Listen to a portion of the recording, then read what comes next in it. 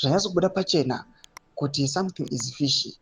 The president of Zimbabwe, President Mnangagwa, aiwa ari concerned aiwa nezviri kuitika mu the ruling party ZANU-PF. Vamwe ndo vari kuti aiwa mutungamiriri wenyika ari kuda the 2030 aiwa vision. Nauda kuti mutungamiriri wenyika yeZimbabwe aifanira kunoatenda the United Nations General Assembly meeting, but panguva ino haasi kunoatenda nekuda kwechaos yatanga mu the ruling party ZANU-PF. Saka penda mashoko ari kuda panguva ino aiwa achitaurwa nema critics at the ruling party ZANU-PF vana chipo musarurwa asiziva panguva ino rorwa subscribe or like on the bell icon.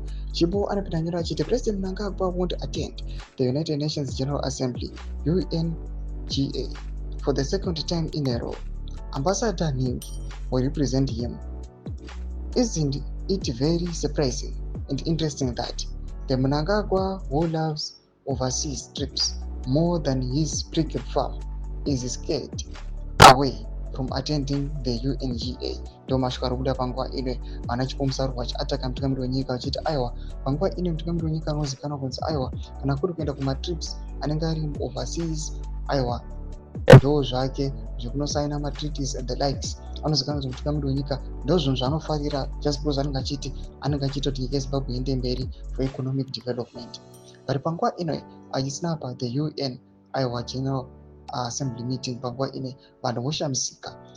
Oitika coincidence kuti kusaatenda kwaita kubva kwaita a fallout in the ruling party ZANU-PF, and people they are not confident kuti the Zimbabwean leader might be afraid kuti pane zvinogona kuzoitika, pane mapower transition akwanisa kuzoitika kana maallies ake kuarestiwa in his absence. Mashoko ari kunyatsobuda pachena kuti aiwa zvinhu hazvisina kumira zvakanaka mubato raizikanwa nemukurumbira kuti ibato rizere kana kuti rigere nerunyararo. Mashoko ari kubuda panguva ino vanhu vanyatsoona kuti aiwa muZANU-PF chabvunduka, aiwa panguva ino mikono yotungana. Ameno kuti zvichapera sei? Tudze mafunguro enyu muri kudii pamusoro pechitiko ichi? Regai comment section medu mafunguro enyu, subscribe or like, chiretondo.